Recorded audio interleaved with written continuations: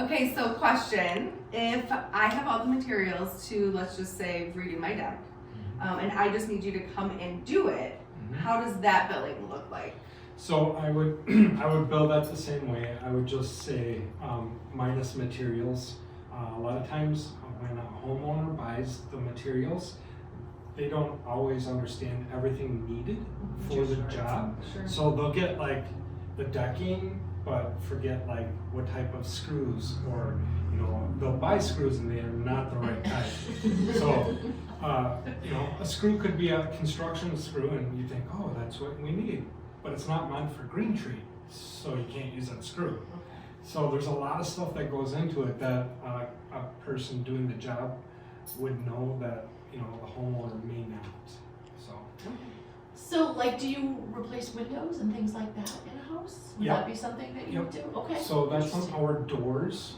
Doors, windows? I could put storm doors in and stuff like that. Awesome. So, yeah, that all falls under the umbrella of Handyman Services. Yeah, because you would need a permit to replace a window. Correct. Makes sense. Okay, perfect.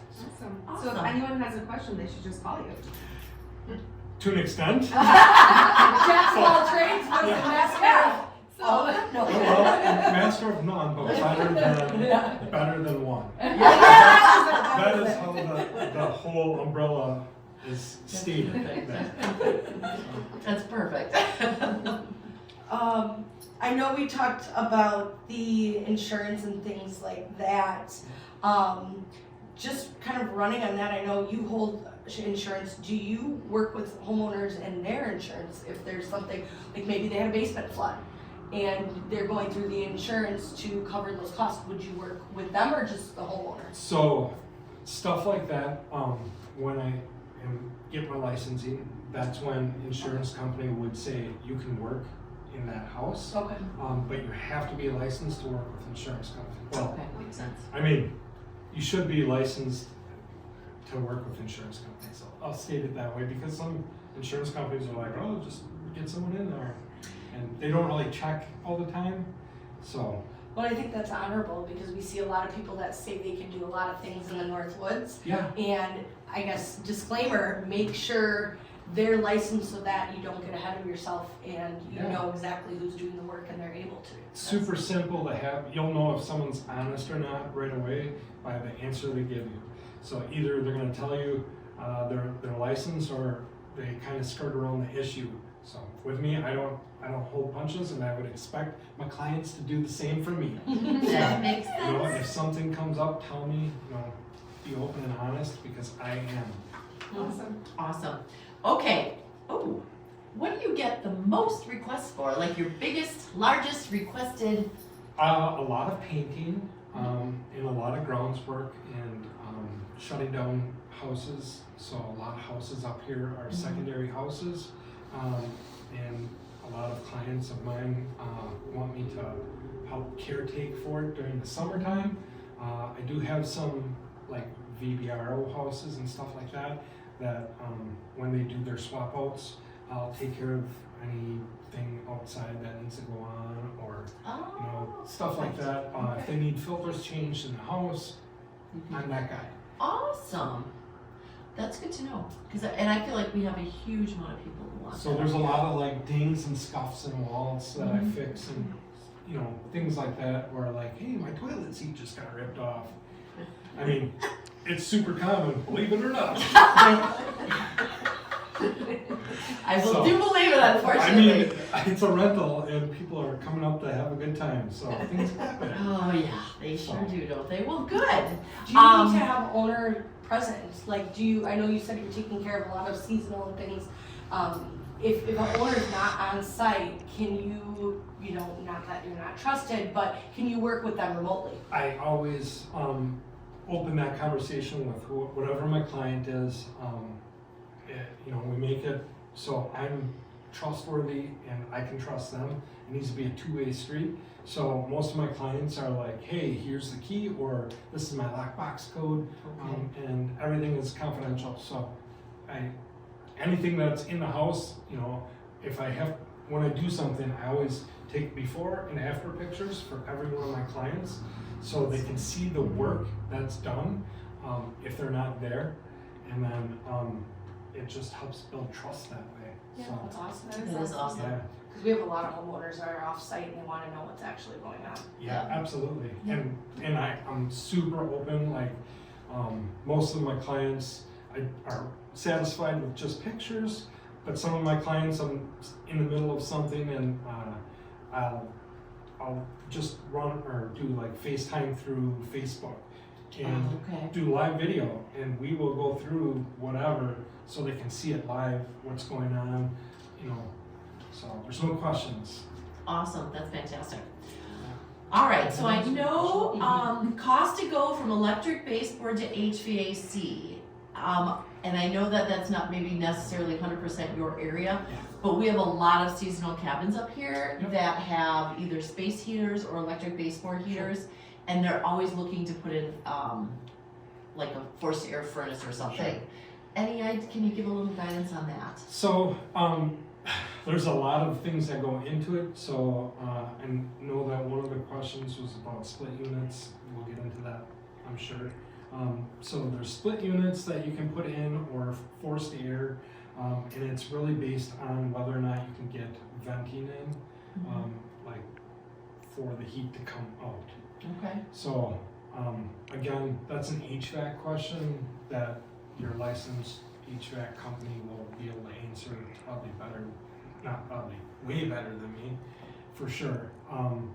But there's a lot of things that go into it, so like piping for all of the duct work, that kind of stuff. Okay. And then, yeah, I guess that's all I can say about forced air really. Okay. But I have seen plenty of houses go from baseboard Yeah. to actual HVAC unit, so forced air. Yeah, we have a huge amount of that up here, so. And then what is, just out of curiosity, your opinion on the split units? So I think they're great units. They have their functionality. I know that there are limitations to how cold you can run the heat, but they do make a lot of different heat pumps for these split units. So Okay. you can get split units that, you know, do really well in sub-zero temps. So. We're seeing them more and more and more and more in the last 5 years. It's a little crazy. I keep telling the MLS board we need to add them to the MLS system because we don't have them on there as like a heating or It cooling. looks like a wall furnace. It looks That's like a lot not of people what think it is. it's- So any not. hotel you go to, usually they have a split unit hanging out there on the Right. wall. Oh, I didn't even think that those are the same thing. Well, the other thing I get too is I've had a couple of home inspectors, so like if I have a house that has electric baseboard upstairs, and then they'll have like a big piece of a furnace downstairs, but the heat, you know, doesn't get upstairs as well, so they they don't like the baseboards because they're too expensive, so like a seller will put in a split unit, but then the home inspector dings the split unit because they say they're not good for the cold rated temperatures up here. Which I'm always like, okay, well, you already have forced air and you have electric baseboard as a backup. I mean, it's really, like, now you have almost 3 heating systems, which I think is better than having one. Yeah, So I it's don't know. really just a secondary unit. Yeah, So- it's just a secondary way of keeping things cool, so, Or heated. yeah, exactly. So any other questions? I thought of one. Yes, Becky, pretty. So when you take a job and you have to get supplies, do you ask for a down payment or? So a lot of my jobs, I will, like when I have supplies or stuff like that, I'll give the quote and then I'll take an agreement. We'll do 50% down and then the rest upon completion after they inspect the job. A lot of my clients are like, I've seen the pictures, they look great, and then they'll just do it that way. Other clients are like, I want to see it in person. Cool. So that's usually how I I thought do of it. a question too. Do you do drywall? Because there's so many people who Ooh, hate that's a drywall. great question. So I mean, Look at the body language. so I do drywall, and I wouldn't say I'm the greatest at it. It doesn't look horrible, but there are way better contractors for it.